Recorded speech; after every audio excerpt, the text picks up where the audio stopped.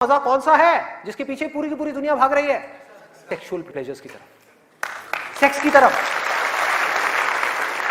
कुछ लोग मैं देख रहा हूं जो स्पेशली जो एज में थोड़े से ज्यादा है वो ऐसे हो गए मेरी ये बात सुन।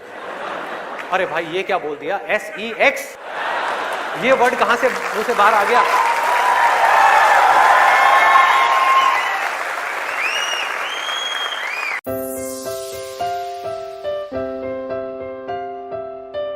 सेक्स में मजा है या नहीं है?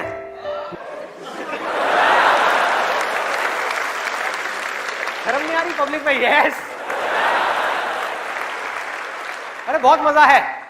कौन कहता है मजा नहीं है? कौन कहता है मजा नहीं है? और अगर मजा नहीं होता तो हमारे देश की 125 करोड़ की आबादी कैसे होती? सोचो, लोग कर क्या रहे हैं? एक स्टूडेंट की लाइफ की एक बहुत बड़ी प्रॉब्लम है जिसके बारे में कोई बात ही नहीं कर रहा, जिसके बारे में कोई बात ही नहीं कर रहा। स्टूडेंट्स की हिम्मत नहीं हो रही है बात बोलने की यहां पर, क्योंकि बहुत सारे और भी लोग बैठे हुए हैं। लेकिन जड़ क्या है प्रॉब्लम की, मैं वो समझ सकता हूं क्योंकि मैं उस फेज से निकल चुका हूं। मैं कोई 50 साल पुराना आदमी नहीं हूं। हाँ। अरे भाई मैं समझ सकता हूं आपके ऊपर क्या बीत रही है। मैं समझ सकता हूं कि साइंटिफिकली जब हमारी बॉडी के अंदर हार्मोनल चेंजेस होते हैं तो क्या होता है। इस प्रॉब्लम के बारे में कोई बात ही नहीं कर रहा।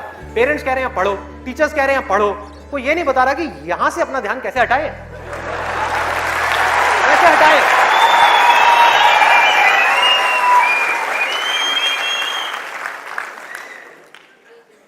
अब वो भी क्या बताएंगे, वो खुद अपना ध्यान नहीं हटा पाए वहां से।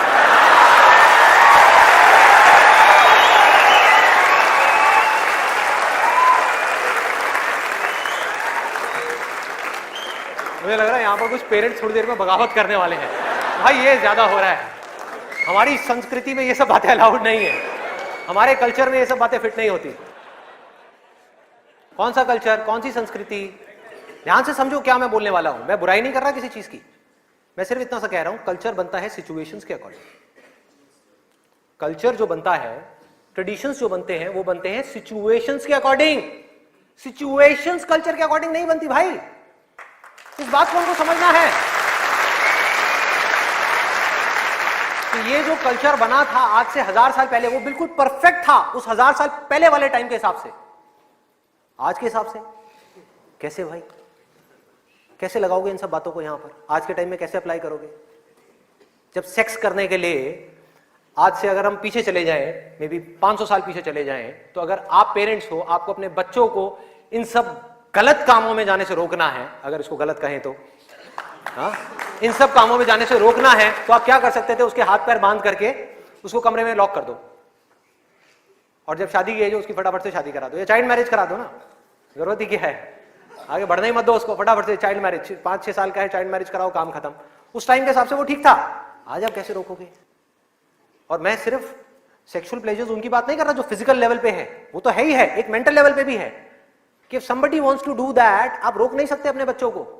उनके मोबाइल में, उनके लैपटॉप में, उनके कंप्यूटर में उनको सिर्फ कुछ बटन दबाने हैं, और बटन दबाने के बाद में अपने दिमाग में जो वो चाहे वो कर सकते हैं, उनको कोई नहीं रोक सकता। तो उनको कैसे रोका जाएगा? कैसे रोकेंगे? उससे बड़ी कोई पावर चाहिए उनको रोकने के लिए, बल्कि रोका भी नहीं जा सकता। उस माइंड को जो इधर जा रहा है कोई और डायरेक्शन दी जा सकती है। We can change the direction of the mind.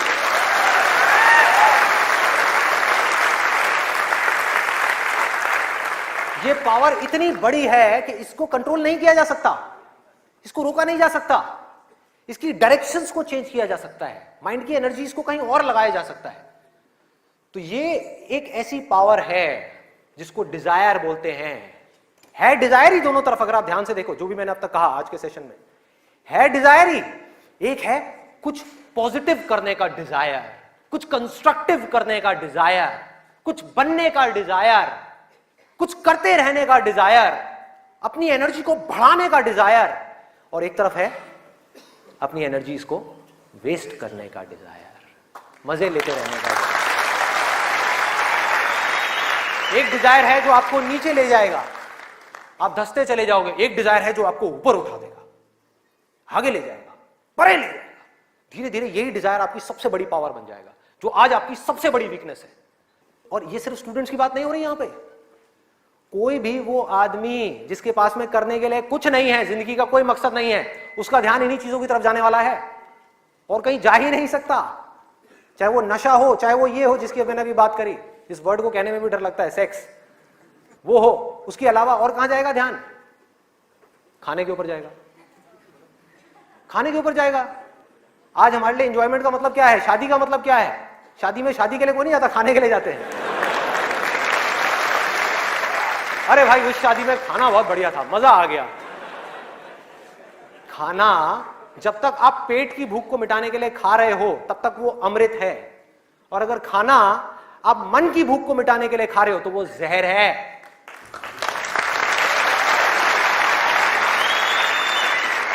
ये सारी बातें हमको पता है अंदर तक, लेकिन जड़ क्या है? करने के लिए कुछ और है ही नहीं, तो क्या करें? खाने में ही मजे लेंगे ना। हाँ? या तो करने के लिए और कोई ढंग का काम हो, कोई और मकसद हो जिंदगी में, कोई डिजायर हो, उसको तो पूरा करें। है ही नहीं तो क्या करें? यही करो ना, खाओ पियो मस्त रहो। एनर्जीज कहां चली गई? खाने के ऊपर चली गई, क्योंकि खाने में मजा है। कौन कहता है खाने में मजा नहीं है? अरे बहुत मजा आता है। आपको जो फेवरेट खाना है वो आपके सामने आ जाए और खाए जाओ खाए जाओ खाए जाओ, क्या फर्क पड़ता है? क्या फर्क पड़ता है? खाए जाओ खाए जाओ, उसके बाद में फर्क पड़ता है, उस दिन नहीं फर्क पड़ता।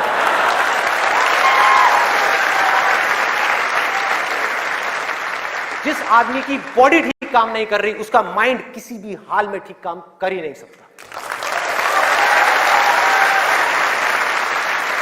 हो ही नहीं सकता, इम्पॉसिबल। यही बात बुद्ध ने भी कही थी आज से 2500 साल पहले, कि अगर हमको अपने माइंड को क्लियर रखना है, शार्प रखना है, फोकस्ड रखना है, कंफ्यूजन्स को खत्म करना है, तो हमको अपनी बॉडी के ऊपर काम करना ही पड़ेगा और कोई दूसरा ऑप्शन नहीं है।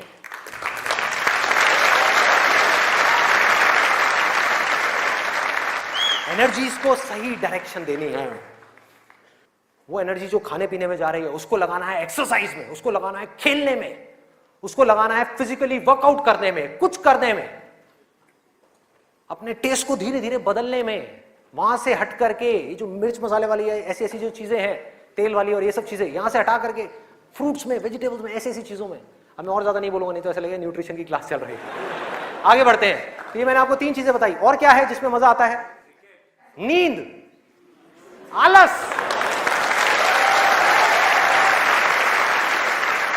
सोने में बड़ा मजा आता है। सोते रहो, रिकॉर्ड बनाते रहो। नींद अगर आप लिमिट में लो तो बहुत बढ़िया है, अमृत है, और जरूरत से ज्यादा लो तो जहर, जहर। और क्या है इसके अलावा? कॉमेडी। अब ये बात बड़ी अजीब लग रही है सुनने में, लेकिन ध्यान से समझना। बोलते हैं laughter is the best medicine, सच है, बट मेडिसिन की भी एक लिमिट होती है।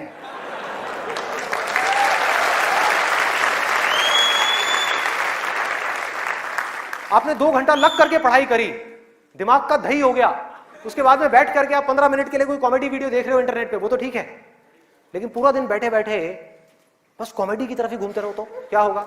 व्हाट्सएप के ऊपर कॉमेडी जो, अरे वाह ये बहुत बढ़िया है, अरे ये बहुत बढ़िया है, अरे मजा आ गया, वाह क्या बात है, ये वो। कॉमेडी है एक थके हुए माइंड को रिलैक्स करने का नाम। वो माइंड जो थका हुआ है उसको रिलैक्स करने के काम आती है कॉमेडी। बट इसी रिलैक्सेशन से अगर आप अटैच हो जाओ तो क्या होगा? बर्बाद कर देगी। समझो ये गोली की जैसी है। जो डिप्रेशन पेशेंट्स होते हैं उनको रिलैक्स करने की गोलियां दी जाती है, उनके माइंड को रिलैक्स करने की मेडिसिन दी जाती है। लाफ्टर भी ऐसी एक मेडिसिन है जो नेचुरल है, लेकिन वो भी खतरनाक है अगर जरूरत से ज्यादा आप उससे अटैच हो जाओ। अजीब लग रही है ना ये सारी बातें सुनने में, जो नॉर्मल बाहर की दुनिया से बिल्कुल अलग है। लोग क्या बोलते हैं? अरे हंसते खेलते रहो, की फर्क पैदा है, भूल जाओ। भूलने से कुछ नहीं होगा, सोने से कुछ नहीं होगा, हंसने से कुछ नहीं होगा। आपकी जो प्रॉब्लम्स की जड़ है वो वहीं की वहीं पड़ी हुई है। जड़ जो है वो वहीं की वहीं है। जड़ क्या है कि आपकी जिंदगी का कोई मकसद ही नहीं है, आपके पास में करने के लिए कुछ है ही नहीं, तो खाली दिमाग शैतान का घर। तो करना क्या है कि एक तरफ है मजा, एक तरफ है दर्द, इन दोनों के बीच में एक बैलेंस क्रिएट करना है। बैलेंस क्रिएट करना है।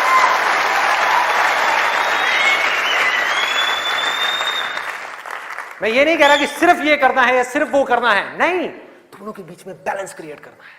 अरे मैं भी मूवीज देखता हूं, मैं भी बहुत कॉमेडी शोज देखता हूं, मैं भी बहुत मजे करता हूं, अपनी जिंदगी को खुल करके जीता हूं, लेकिन साथ साथ में बैलेंस क्या है कि वो काम जो करना जरूरी है उसको करने के लिए जो मैं करना चाहता हूं, चाहे उसको करने में कितना भी दर्द क्यों ना हो, उस दर्द को सहने के लिए मैं तैयार हूं।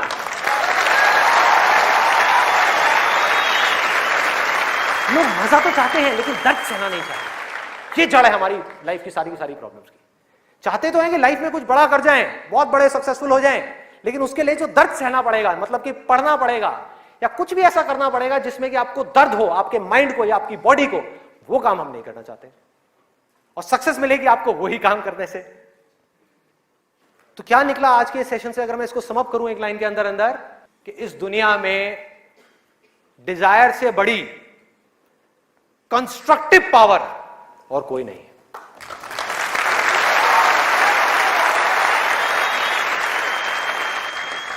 सब कुछ बदला जा सकता है अपनी जिंदगी में भी और इस पूरी दुनिया में भी। इस पूरी की पूरी दुनिया को एक नई डायरेक्शन दी जा सकती है उस डिजायर की वजह से, अगर ये डिजायर सही डायरेक्शन में है तो। यही डिजायर अगर गलत डायरेक्शन में चला जाए तो इससे बड़ी डिस्ट्रक्टिव पावर भी इस पूरी दुनिया में और कोई नहीं। जो लोग ऑलरेडी एक पर्टिकुलर एज पे पहुंच चुके हैं, मैं उनके लिए नहीं बोल रहा, लेकिन आज यहां पर जो स्टूडेंट्स बैठे हुए हैं, जिनके आगे अपनी पूरी की पूरी जिंदगी पड़ी हुई है, उनको यह फैसला करना होगा भाई। और आपके फैसले के ऊपर इंडिया का नहीं, इस पूरी दुनिया का फ्यूचर डिपेंड करने वाला है।